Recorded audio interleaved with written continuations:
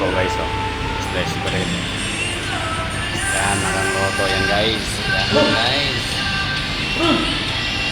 Slice bread. Bagong loto. Yan, gatas. Yan. Tapos, gagawa pa sila ng pugnik. Dito na rin. Bagong loto rin itong ano. Bye.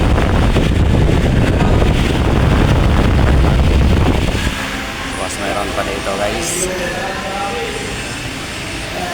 Yung mga malaki guys, oh. Yan. Ito rin guys, ang may sanang yata sa loob. Wala.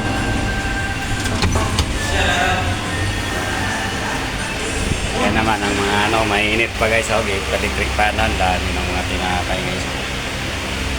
Yan. Ito naman ang pang ano, kagabing gawa. Yung mayroon din ng mga sir dito, yung gawa ko kahapon.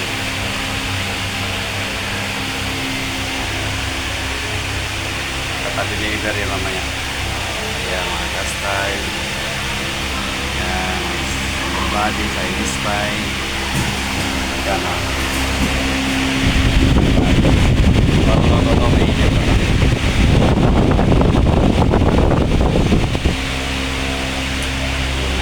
Dito.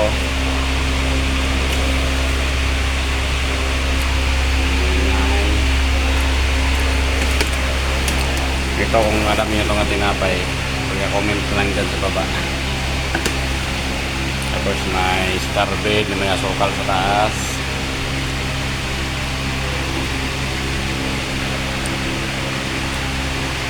Pang Pinoy talaga, no? Ganun masarap na munay. Sarap na munay guys. Nagano ang gilid. Ito naman ang tawag, Iros bread. Ito lang na konti kasi mainit na. Ito naman ang chocorol. Mayroon yung ano din. Ang tawag nila ay bigas bread daw.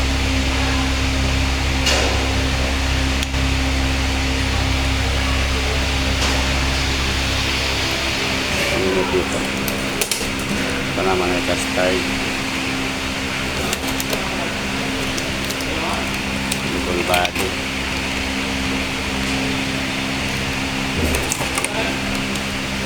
Yan naman ay ano to. Kagabi naluto ko to. Ay Spanish.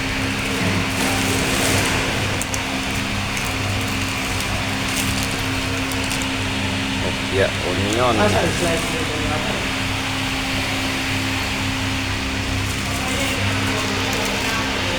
Pandipoko, di ba? Mayroon din pandipoko dito sa ano no, sa Qatar. Ang mga pang Pilipinas lang talaga nga ano. Ang presyo ito ay 5 real. 4 na piraso.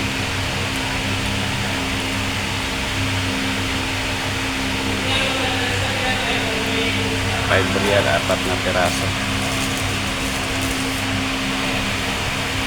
Ito naman, ano to eh, lagayan ng mga return. Kung may return nga ano, dito ilalagay. Iwan ko kung may laman na to. Slice bread, konti pa lang. Ayan ang mga return, oh. Konti lang return. Ayan ang return. Mga slice bread.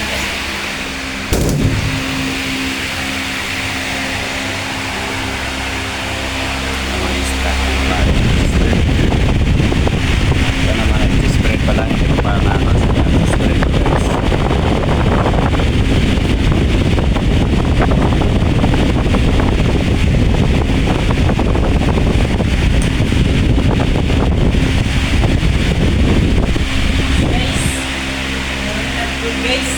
Guys, mainit pa to eh. Yung tinapay nga mainit, masarap talaga kainin.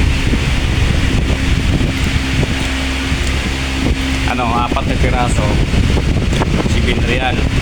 Yun. 4 na piraso lang yun. Paglagay sa plastic, 4 na piraso, 7 real. nasa 100 pesos sa Pinas. Ito.